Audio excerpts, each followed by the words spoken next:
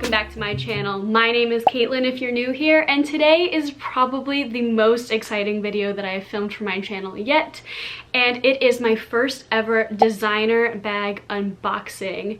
And honestly, I'm a little bit in disbelief that I'm even filming this video, because even though I've been planning on picking up this bag for a long time, like pretty much since it first came out a year ago, the actual purchasing of it was a little bit of a spur of the moment thing. So in this video, I'm gonna go ahead and get into a little bit of a story time as to what it was like for me to buy this bag, what I like about it, why I wanted it.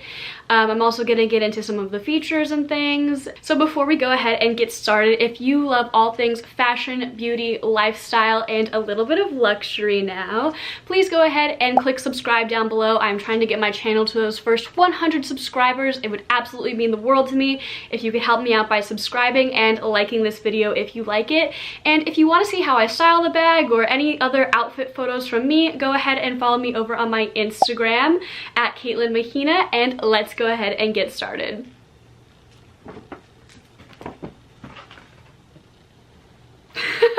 I am so excited. As you can see, I have not actually unboxed it. I don't know if the camera will focus, but it is still taped shut here. I'm sure a lot of you guys can guess. Please excuse the knife, I'm gonna cut the tape. I'm sure a lot of you guys can guess what this bag is if you have been on any social media platforms as of late and you follow anyone that does fashion.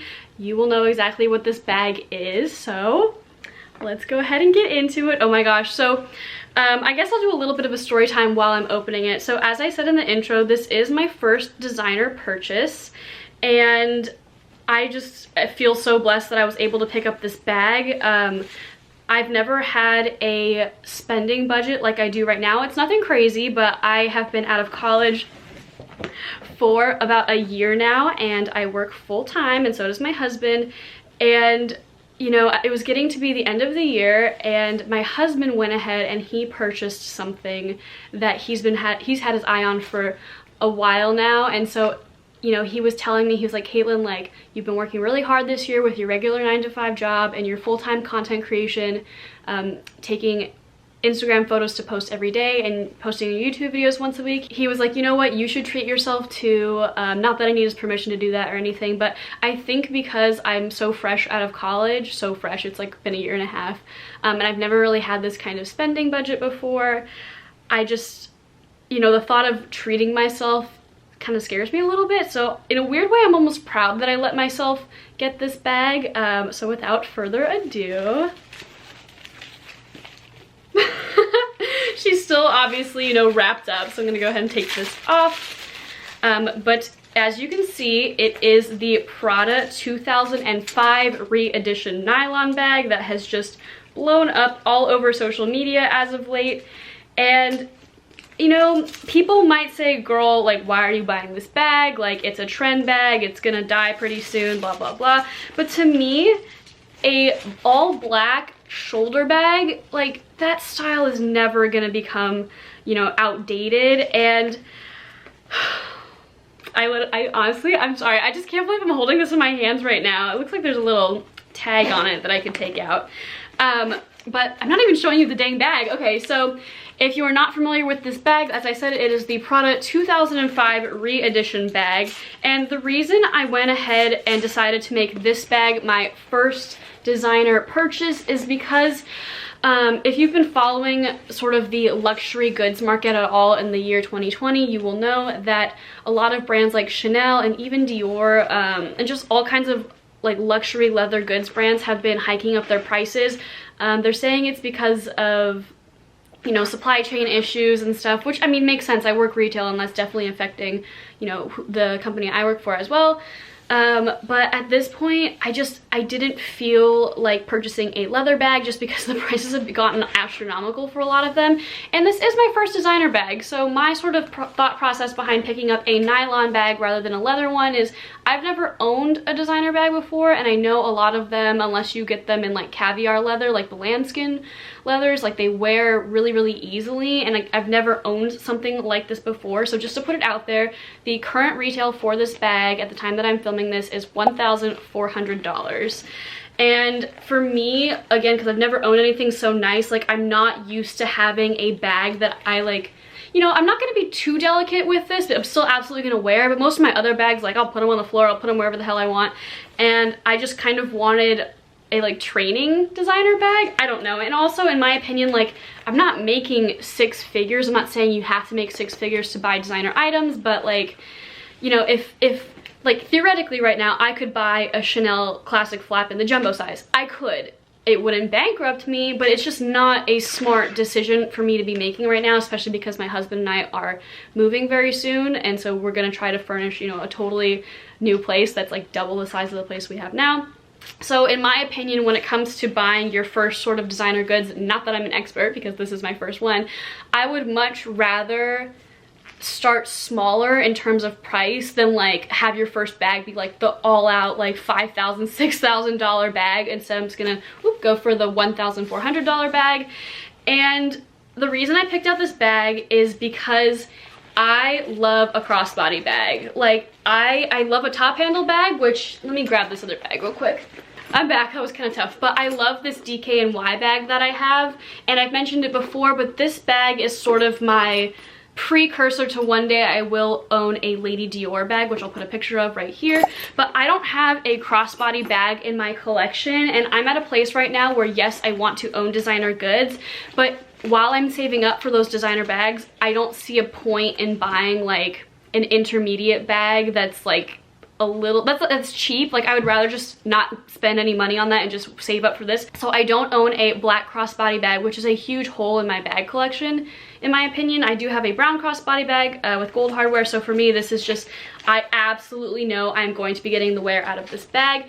And like I said, it's extremely practical. Like as much as I love this top handle style right here, it is so ladylike that like I don't grab for it when I'm just like going out and about running errands. And to be honest, like in the year 2020, that's really all that I'm doing to go out. I'm either going to work or I'm going running errands. And so like for work, I have my work backpack, so this for me is perfect for errands and stuff like that. And I love this little case. I think it's so cute. I'm definitely gonna like put AirPods in it because it's just not very big. Another thing that I love about this bag is that you can wear it in a lot of different ways. So you can obviously wear it like over your shoulder or crossbody with the strap, but I've seen that, ooh, I just realized the chain isn't even out. That's like one of the main selling points of this bag is the chain. So let me grab that real quick. Man, there's a lot of stuffing and stuff in here. I didn't even open the bag yet. This is obviously my first designer bag unboxing, so as the years go on and I add to my collection, I will get better at this. But one of the things that I love about this bag, as I was saying, is that you can wear it in a lot of different ways. So this little guy here is the chain that sits on the front of the bag, and it is a really pretty decorative element. Ooh. It is a very pretty decorative element. Let me clip it on here.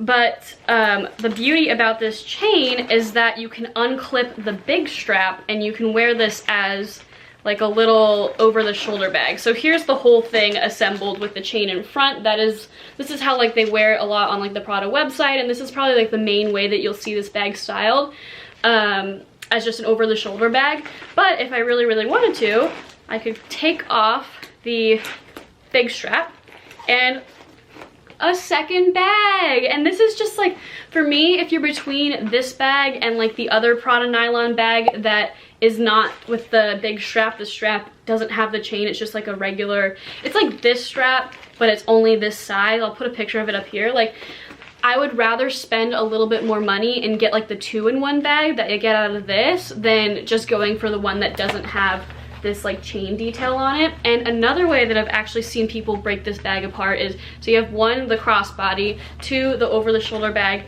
and 3, I've actually seen people style this strap as a waist belt, which I think is just such a cool idea. I mean, you definitely, I mean, I haven't adjusted the what are these called, buckles? I haven't adjusted these guys at all. But I know that if I could probably either get it to be like a double waist strap or a single waist strap. And it's so cute because one of the big trends right now are utility style belts with like the little pockets and cases on them. So that's so cute. I absolutely love that. Like, I mean, I don't really know. Again, I think I could literally only carry like a credit card and my AirPods in here, but I just thought this was the perfect first designer bag purchase because it's 3 bags in one, it's not too expensive, and it's not too delicate that I would have to worry about like, oh my god, I just spent $5,000, will be more than that now, like $6,000, $7,000 on a Chanel lambskin jumbo flap and I just scratched it, you know?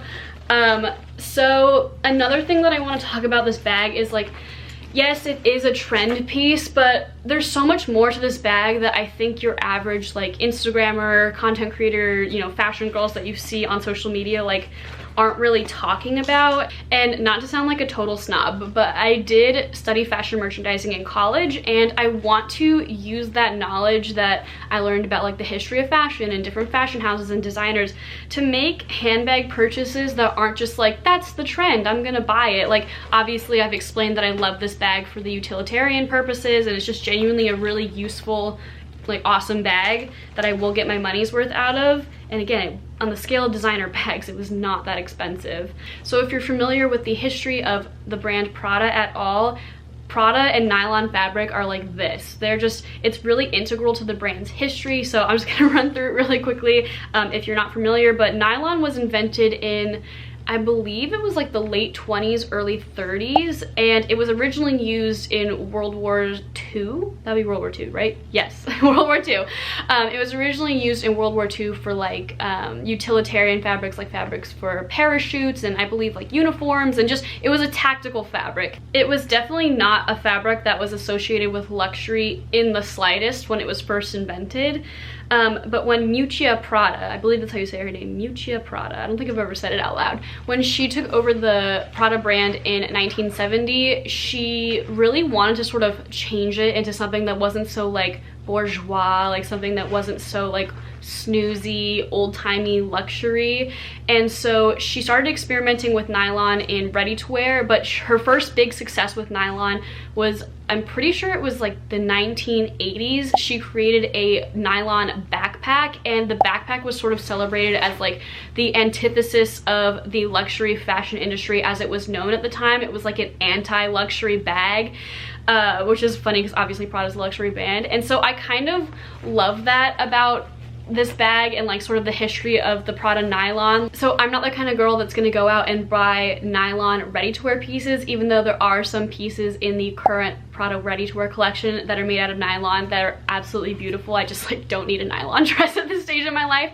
But for me, having this bag, even though it is like the trendy it bag of 2020 most likely, there is a little bit of it to me that it's like I have a tiny piece of the Prada you know, anti-luxury movement that Miuccia Prada started in the 80s.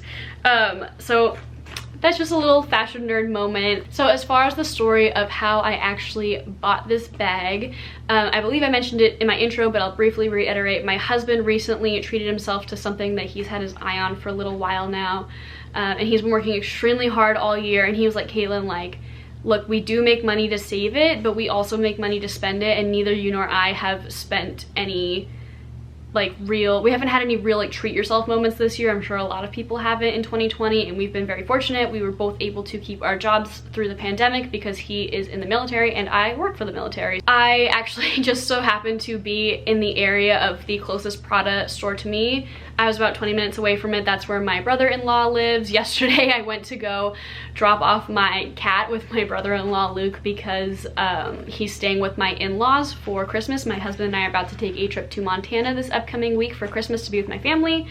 And I was just an emotional wreck. And I'm not saying you should spend a lot of money when you're an emotional wreck, but I was, you know, I was really stressed out. I had just sat in traffic for like 3 hours for what should have been like a 1-hour drive. I was really upset because I'd never given up my cat before for any reason. He's my baby now.